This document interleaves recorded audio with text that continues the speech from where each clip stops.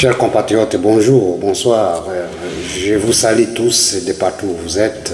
Ça dépend de là où vous vous trouvez à ce moment. Ça peut être le jour ou bien le soir. Donc nous sommes là pour essayer de nous informer encore de l'évolution de la situation qui évolue chez nous en République démocratique du Congo. Actuellement, il y a le point chaud qui est au jour, c'est le dialogue intercongolais. Dialogue intercongolais, c'est un point chaud actuellement, qui se parle dans des coulisses, qui se parle dans des partis politiques, au niveau national, au niveau international. Tout le monde parle du dialogue intercongolais. Nous devons, chers compatriotes, analyser de très près. Quels sont les enjeux actuels qui font que ces gens veulent absolument qu'il y ait un dialogue. Un dialogue intercongolais, ce n'est pas exclu. Le dialogue, les palabres, quand il y a palabres, on s'assoit toujours pour chercher des solutions idoines. Mais ça dépend des cadres dans lesquels on les définit. Et le stade actuel, est-ce que réellement le dialogue a sa place au stade actuellement? Je crois que le président de la République a tout dit à ses propos. Il a donné les atouts, la procédure. Et quand il y a un gouvernement légitime, que certains, au stade actuel, refusent de reconnaître, et on demande à ce même régime d'accepter qu'il y ait dialogue, il y a une divergence. Il y a quelque chose qui cloche. Et quand ça cloche dès le départ, et tout le reste ne peut pas tenir, chers compatriotes. Et qu'est-ce qui paye le prix de tous ces dialogues depuis qu'on a tenu dans les différents pays? Il y a des dialogues intercongolais qui a été tenu en Afrique du Sud. Il y a le dialogue qui a été tenu à Addis Abeba, il y a des dialogues dans différents pays qui ont été tenus dans le temps. Et chacun de ces dialogues a résolu un petit peu, peut-être du problématique que nous vivons, nous les Congolais. Au stade actuel, tout Congolais est informé de la situation, de l'évolution, de la situation telle qu'elle évolue. Nous ne devons pas perdre de vie compte tenu de telle ou telle déclaration des hommes politiques. Tous ces hommes politiques cherchent leurs atouts, cherchent toujours leur compte dans le gouvernement qui est installé. Chers compatriotes, nous devons faire extrêmement attention, nous devons réveiller la conscience de tout un peuple afin que nous ne puissions pas tomber encore dans les mêmes erreurs qui se sont passées. Nous avons suivi depuis la conférence nationale souveraine comment les choses se sont abouties. Et le même dialogue qui est fait par les différents partis, par les Congolais, on sait comment ça aboutisse. Nous devons nous préparer de tout ce qui est en train de se faire dans les coulisses et tout ce qui est en train de se faire pour laver tous ceux qui ont été impliqués dans la guerre, dans la tuerie, dans tous les bavures que nous connaissions. Et tous ces gens-là, nous les savons tous. Nous devons nous armer moralement, physiquement, et la conscience, réveiller la conscience de tous les Congolais de ne plus encore retomber dans les mêmes erreurs du passé.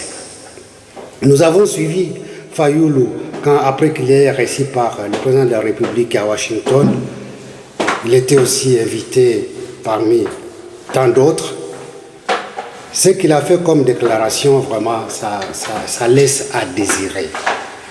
On ne sait pas si les hommes politiques évoluent dans les raisonnements ou bien ils se cantonnent pour enfin tirer gain de tout ce qu'ils sont en train de dire, et c'est là au détriment de la population. Et il dit que nous devons nous asseoir autour d'une table pour discuter des causes profondes de la République démocratique du Congo. Et nous devons impliquer tout le monde, nous devons inviter tout le monde pour assister, prendre part à ces dialogues. Et tous ceux qui ont pris les armes pour tuer les Congolais, tous ceux qui ont pris des armes en convenance avec le Rwanda, avec Kagame, en fait d'endeuiller la nation congolaise. Et tous ces gens-là, nous devons nous asseoir, créer des commissions de déballage, créer des commissions de lavage, et tout un chacun doit se décliner et dire tout ce qu'il a fait et demander pardon. Est-ce que le pardon sincère pour un Congolais, est-ce que ça s'est fait? Combien de pardons ont été faits? Ils ont tué, on les a ramenés dans le gouvernement, dans les institutions congolaises. Et au jour, le lendemain, ils prennent encore des armes. Et tous ces gens qui sont dans le gouvernement, ils sont en convenance avec ceux qui ont pris des armes, qui font la terreur à l'est de la République démocratique du Congo. Ils se cachent, ils ne s'annoncent même pas. Depuis que la guerre a déclenché, ils n'ont jamais pris parole pour défendre leur patrie, pour défendre les siens. Et pourtant, ils se sont dit qu'ils sont élus de l'Est. Vous ne trouvez pas qu'il y a une certaine camouflage? Ils se cachent derrière tout ce qui se disent politique, afin qu'ils réalisent leur coup à l'Est. Nous savons là où ça vient, nous savons là où il y a le problème, et nous devons nous attaquer au problème, pas aux effets. Nous devons nous attaquer à la genèse du problème, aux causes. Et ces causes profondes, c'est le Rwanda, c'est l'agression rwandaise en République démocratique du Congo, qu'on ne se les cache pas. Et toute personne qui a convenance avec cette agression, il n'est pas des nôtres, il n'aime pas sa patrie. Chers compatriotes, nous devons être vigilants. Fayoulou, il continue en disant qu'il envisage, quand il faut qu'il y ait un dialogue, et dans le dialogue, il a évoqué 6 points dont il est détenteur, qu'ils doivent défendre. Et ces 6 points, je les citerai si rapidement. Il y a la mauvaise gouvernance qu'il vient de citer, et la mauvaise gouvernance, on l'a toujours vu dans toutes les institutions qui se sont installées en République démocratique depuis la Genèse, depuis 1960. Il n'a jamais eu une gouvernance saine, même si on lui mettait sur place à la tête du pays. Il y a toujours, puisque la mentalité des Congolais n'a pas encore changé. La mentalité, il faut instaurer un système qui pourra mettre à terme cette mentalité congolaise de prédation, de pillage, de corruption, de convenance avec l'ennemi pour déstabiliser de plus en plus le pays. C'est là où nous devons nous attaquer. C'est là où nous devons mettre l'accent premier. Consolider la justice, consolider les garde-fous que toute personne ne peut pas dépasser. Ce n'est pas la convenance, ce n'est pas l'arrangement politique qui va mettre à terme cette mentalité-là. Non, Fayoulou, vraiment, avec tout le respect que je vous dois, mais je déplore ce que vous défendez aujourd'hui. C'est comme si vous n'avez pas vécu toutes ces genèses, tous ces parcours, la mentalité, le Congolais dans son génétique. Il est là pour détruire l'autre à son profit. Et tant qu'il n'y a pas une barrière, c'est-à-dire une loi forte, et toute personne qui est au-delà de cette loi, il est sanctionné. Et aujourd'hui, il y a des lois congolaises que toutes ces personnes transcendent. Dans ce contexte, nous ne pouvons pas accepter. Nous, au stade actuel, nous ne pouvons plus encore accepter de revenir encore derrière, en arrière, que les gens se réunissent pour se faire déballage et puis accepter tout ce qu'ils ont fait. C'est comme si on n'a pas tué. Tout ce qu'il est en train de dire ici, c'est comme si on avait tué quelqu'un, le membre de sa famille propre, je crois qu'il n'accepterait tout cela. Il n'accepterait pas tout cela. Que les gens qui ont tué, qui ont le sang, au stade actuel, au 21e, nous allons au 21e siècle, que les gens se réunissent et on leur donne encore des postes. C'est déplorable. Et un homme comme celui-là, il s'est dit qu'il doit gouverner, qu'il doit gouverner le pays. C'est dans la tolérance absolue.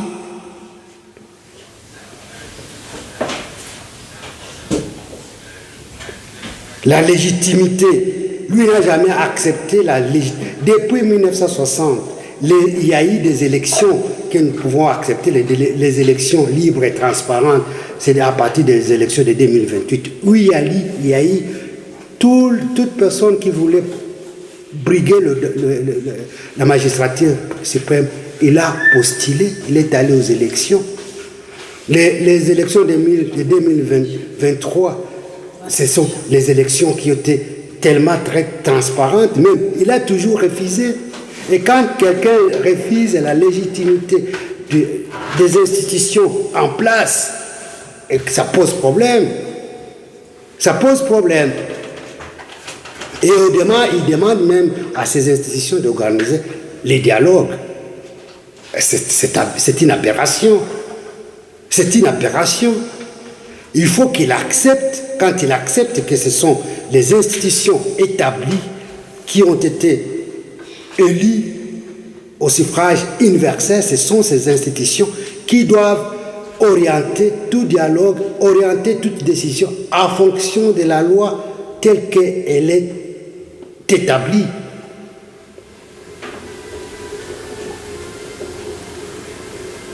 La souveraineté, qui va protéger la souveraineté? Ce sont les lois et l'armée.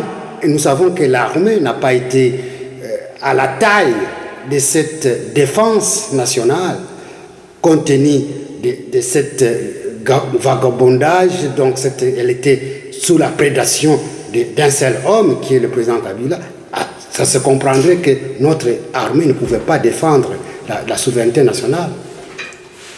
Nous devons mettre en place, Tshisekedi est en train de se battre pour mettre en place tout ce qu'il faut afin de garantir cette souveraineté nationale par l'armée solide et armée réformée. Les droits de l'homme, il ne faut pas empiéter la loi pour toujours dire les droits de l'homme. Et quand il y a droits de l'homme, il y a le respect mutuel, le respect de la loi. Et la loi, quand on prend des armes pour ne pas se dire qu'on doit respecter les droits de l'homme, je trouve que c'est une aberration. L'intégrité territoriale doit être défendue par toute personne des Congolais et de bonne conscience. Tout le monde doit s'impliquer pour défendre l'intégrité nationale. Pas de complicité, pas de détournement, pas de tout ce qui est antivaleur. Et cela, c'est une interpellation à tous les Congolais de pouvoir le faire. Et maintenant, il y a des personnes qui sont disposées de défendre l'intégrité nationale quand il y a agression extérieure. Et cette agression extérieure, nous la connaissons, c'est l'agression rwandaise, noir sur blanc. Et ce qui a causé l'insécurité interne par la complicité de nous Congolais. S'il n'y avait pas une complicité vis-à-vis de tout ce qui est là, le Rwanda ne devrait pas avoir une force de pouvoir attaquer, amener ces hommes en République démocratique du Congo. Et toute agression qui est venue en République démocratique du Congo, ça prend racine à l'Est, particulièrement au Rwanda.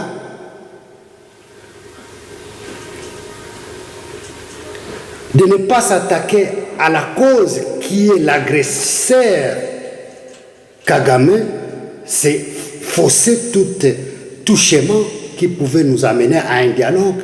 Et le dialogue qui va insérer tous ces gens-là, les Nanga et consorts, les Kabila, qui, en tant que chef, qui étaient pendant 18 ans au pouvoir, et de les ramener à la table des négociations, c'est vraiment...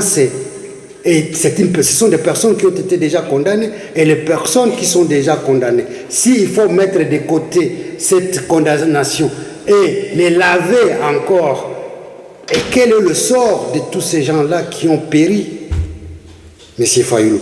Quel est le sort de ces familles? Comment peut-on réparer tout ce qui a été fait? Toutes ces familles qui ont perdu les leurs, compte tenu de cette complicité interne, et ceux qui étaient responsables, qui sont responsables, qui ont pris des armes, mais ça n'a pas de sens. Franchement, ça n'a pas de sens au stade actuel que tout cela puisse être lavé et les impliquer dans les institutions. Au lieu que nous se mettions ensemble pour voir de très près comment nous pouvons mettre de côté cette agression qui est importée, et nous savons que cette agression, derrière elle, il y a une complicité internationale, que nous devons réfléchir ensemble comment mettre à terme cette agression. Mais on se contente de faire un dialogue afin de partager le pouvoir. Franchement, nous demandons à tout Congolais qui a une bonne conscience de s'impliquer, de ne pas accepter qu'il y ait encore un énième dialogue dans ce sens-là, qui va laver toutes ces personnes-là, afin que nous puissions encore... Quelles sont les garanties? Quelles sont les garanties qu'ils peuvent donner au stade actuel de ne plus encore reprendre des armes? Et nous savons que toute personne qui sera lésée, ce n'est pas tous ces mondes-là qui seront impliqués dans les gouvernements ou bien dans les institutions. Il n'a pas une place pour 2000, 3000 personnes. Et toute personne qui sera lésée aura aussi la possibilité encore de revenir et de prendre les armes. Fayoulou. Donc, il y aura toujours une partie qui sera lésée. On ne peut pas satisfaire tout le monde. Si la loi n'est pas appliquée à sa rigueur, il y aura toujours dérapage. Il y aura toujours des gens qui seront mécontents. Même s'il peut faire un déballage aujourd'hui, dire à tout haut qu'il ne pourra plus encore reprendre les armes, mais demain après-demain, il va reprendre, puisqu'il y aura toujours un issue pour le faire. Mais si nous prenons aujourd'hui au stade actuel, nous avons un gouvernement élu, nous avons des institutions qui sont bien établies, ce ne sont pas des institutions finissantes, ce ne sont pas des institutions qui se sont installées par la force, ce sont ces institutions qui ont été établies par les élections libres et démocratiques, et ces institutions peuvent nous conduire à un issue qui est de mettre en place la loi, de faire respecter la loi, et toute personne qui a dérapé, de la sanctionner conformément à la rigueur de la loi. C'est à ce moment que toute personne qui y a fait du mal il ne pourra pas le faire puisqu'il attend que demain ou après-demain, la même loi, ça va s'appliquer sur elle. Mais si on doit laver encore tout ce monde-là, et on se dit que demain ou après-demain, on ne pourra pas encore revenir à la case du départ, c'est une absurdité totale. C'est absurde. Et nous ne devons plus encore accepter cela. Chers compatriotes, je vous demande, et tous ces gens-là qui comprennent le sens réel de notre destin, le sens réel de notre devenir, nous devons nous réveiller tous et dire non à M. Fayoul, à dire non à ce qui se prépare en Angola, qui dit qu'aujourd'hui, à partir du date du 18, il y aura un cessez-le-feu, et que avant qu'il y ait un dialogue qui va regorger encore tous ces gens-là afin de discuter autour d'une table et d'arrêter de poursuivre encore. Ça ne peut pas se faire.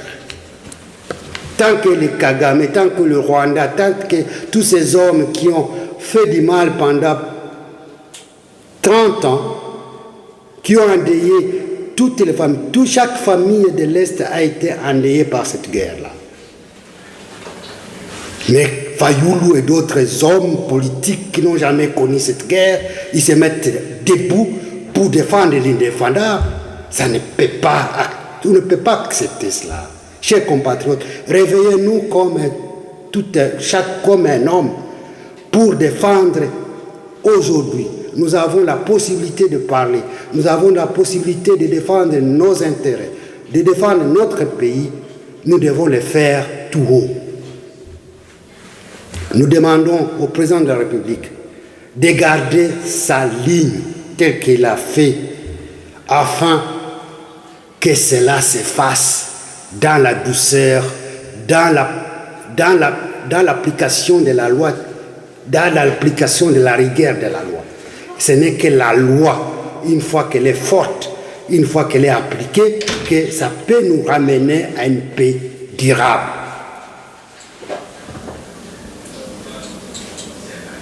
Et les lois sont là. Il reste de les appliquer. Et la loi, elle est dure, elle reste que la loi, et elle est applicable à toute personne. Mes chers compatriotes, je vous demande de vous réveiller, de nous réveiller encore une fois de plus, de mettre fin, de mettre obstacle à cet énième dialogue qui ne dit pas son nom. Tant que toute personne qui est impliqué dans le mal doit être jugé et il doit se retrouver à son chemin. Il va retrouver à son chemin la force de la loi. Et toute personne qui a tué, qui a pris des armes, doit être jugée et attendre son sort, tel que les éléments qui font qu'il sera coupable. Et ces éléments feront à ce qu'il soit puni conformément à ses actes. Ce n'est que ça que ça peut nous amener demain ou après-demain à une paix durable.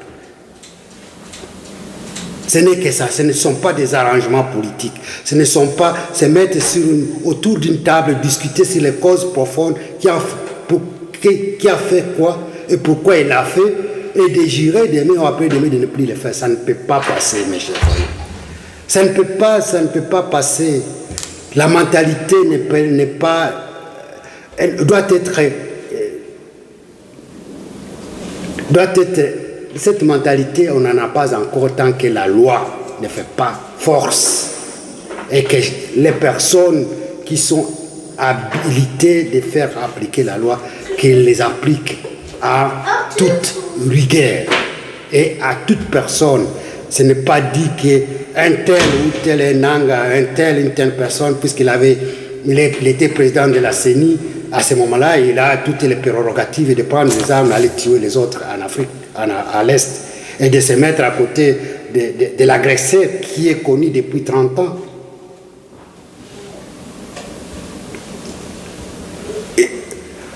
Quand toute personne, une fois qu'il ait perdu le sien, qu'il est endeuillé par cette situation, je crois qu'à ce moment-là, il comprendra quelle est la cause et comment on peut arriver à mettre à terme cette situation.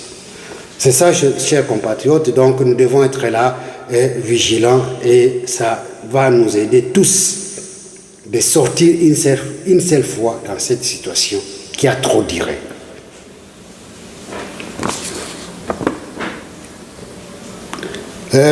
Nous poursuivons, chers compatriotes. Nous savons, aujourd'hui, on nous demande, l'Angola nous demande qu'à partir le 18 février, un cessez-le-feu total, et qu'à partir de là, quelques jours après, il y aura un dialogue qui va regrouper tout ce monde-là.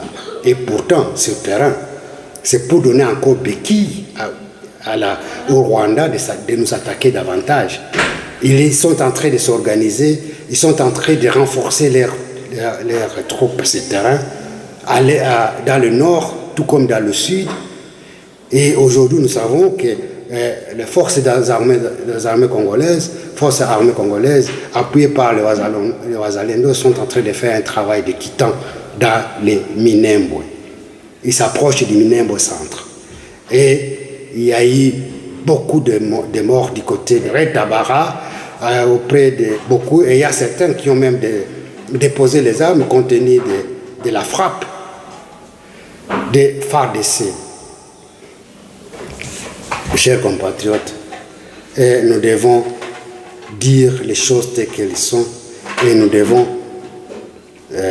nous appuyer sur la réalité des faits et comment nous pouvons nous en sortir. Nous avons suivi aussi que Katumbi et Matata Kabila, ils se sont arrangés, ils ont pris un certain monsieur qui s'appelle, laisse-moi un peu, un certain monsieur Christian Nema Biamungu. D'ailleurs, mon Nema, le nom Nema, ça appartient aux femmes, mais je regrette qu'il a le nom de Nema. Bon, Christian Géraud Nema Biamungu, qui est intervenu au niveau du comité du Sénat pour défendre l'indéfendable. C'est une personne qui n'a pas de conscience, une personne qui n'a pas de valeur morale pour défendre ce qui est indéfendable.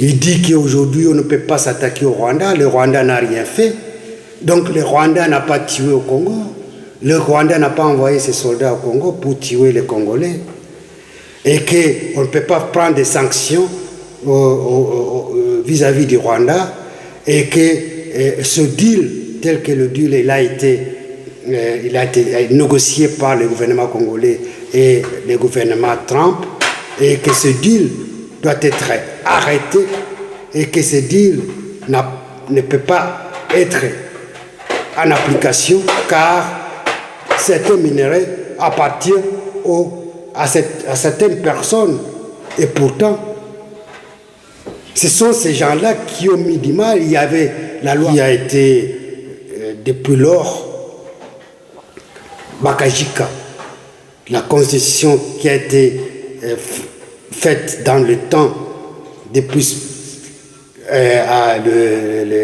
la constitution de Louabourg, la loi Bakajika. Ils ont mis ça de côté lors des négociations de Saint-City en Afrique du Sud. Et ils se sont arrangés pour écarter la loi Bakajika qui dit que le sol et le sous-sol appartiennent aux Congolais, au Congo.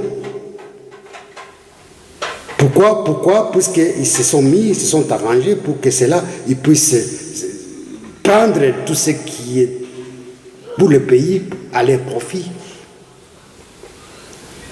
Mais voilà, c'est inconscient. Il est allé là-bas pour défendre tout ce qui n'est pas défendable. Il dit que le problème, c'est la mauvaise gouvernance du gouvernement de Tshisekedi. Il dit que le dialogue, c'est la seule solution pour sortir de ce problème, et qu'il y a la corruption, il y a aussi c'est inconcevable. C'est le lobbying de Katumbi, de Kabila, qui a fait qu'il puisse envoyer cet homme-là au niveau du comité du Sénat pour défendre ce qui n'est pas... C'est les consciences totales. Les gens perdent la conscience, perdent le moral, perdent leur dignité pour défendre les intérêts des autres individus, pour défendre les intérêts de leur ventre. Nous demandons au gouvernement de pouvoir mettre à terme à ces gens. Et ces gens qui font de telles déclarations, il faut que les services de sécurité s'en occupent, puisque le mensonge devant un comité de Sénat, dans ce sens, ça cloche quelque part. Et il faut qu'on interpelle pour qu'il puisse s'expliquer comment il allait défendre, qu'il a envoyé d'aller défendre. Il s'est dit qu'il vient de la société civile. La société civile aussi doit faire attention de voir quelles sont les personnes qui sont fiables pour défendre la cause nationale. Ce type, il faut qu'il soit sanctionné. Moi, je trouve qu'il faut qu'il paye de toutes ces déclarations mensongères.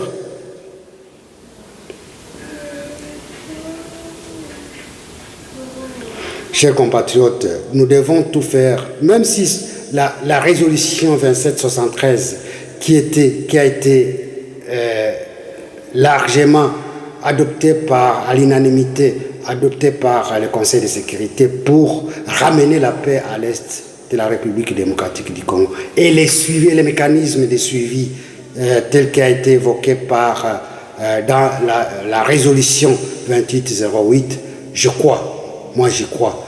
Et avec l'appui du gouvernement, de faire de leur mieux pour que cela puisse être applicable. Et nous savons que le Conseil de sécurité va envoyer l'ONU se prépare pour venir à l'Est et nous savons que dans les jours d'ici mars, les choses vont changer, complètement changer à l'Est. Et que la paix, il faut l'imposer. Si quelqu'un ne respecte pas la résolution, il ne respecte même qui a été les accords tels qu'ils ont été signés par tout le monde, c'est une personne qui ne peut pas même respecter sa loi propre dans son propre pays. C'est comme ça qu'il est. Mais il faut qu'il y ait des actions contraignantes pour imposer à ces personnes de pouvoir accepter ce qu'ils ont signé. Et certaines personnes se disent que ce sont des choses qu'aujourd'hui c'est une lettre morte. Lettre morte comment?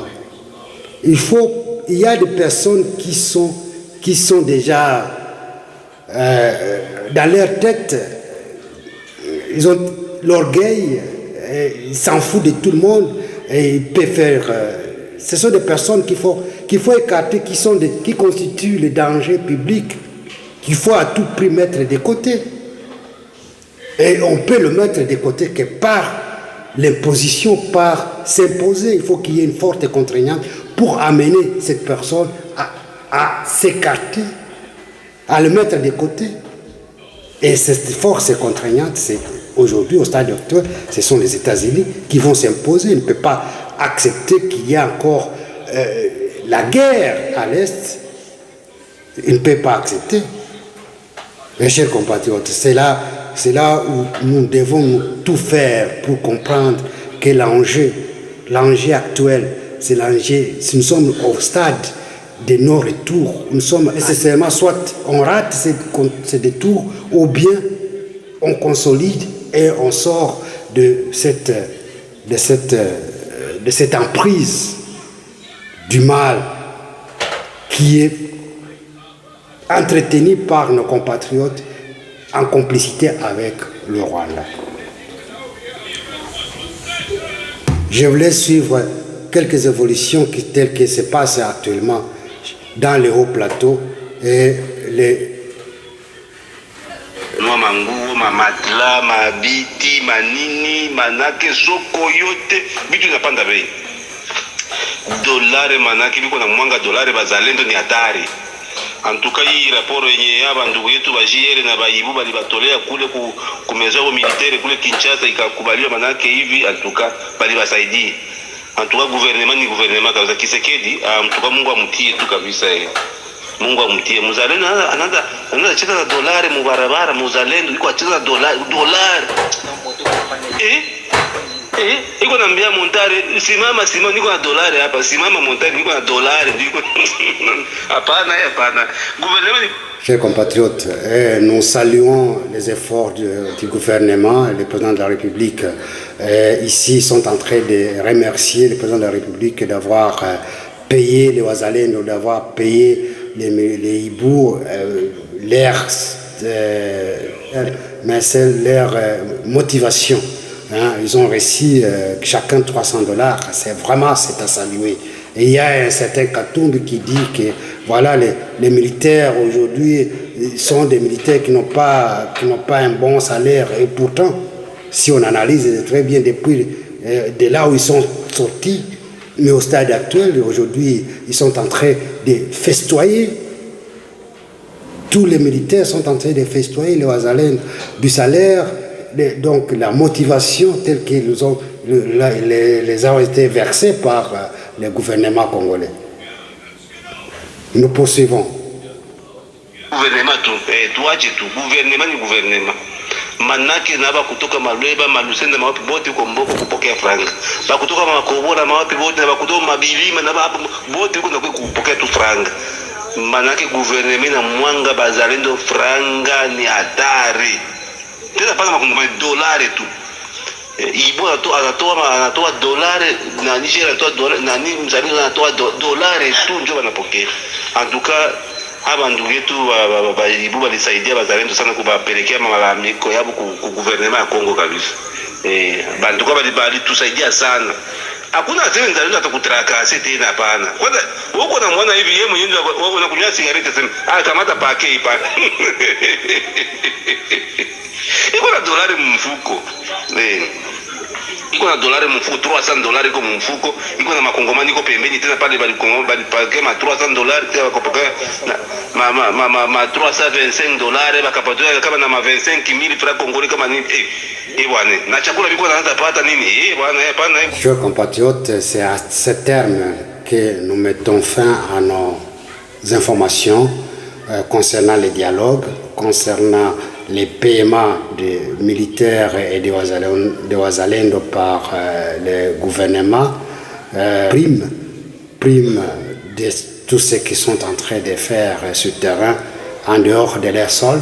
Vous trouverez que vraiment le gouvernement est en train de faire un travail de quittance. Et nous sommes là pour les accompagner tous afin que cela puisse continuer dans le temps. Et c'est là au profit de tous ces soldats qui sont sur le terrain, qui ont accepté de défendre notre patrie et les Wazalènes aussi.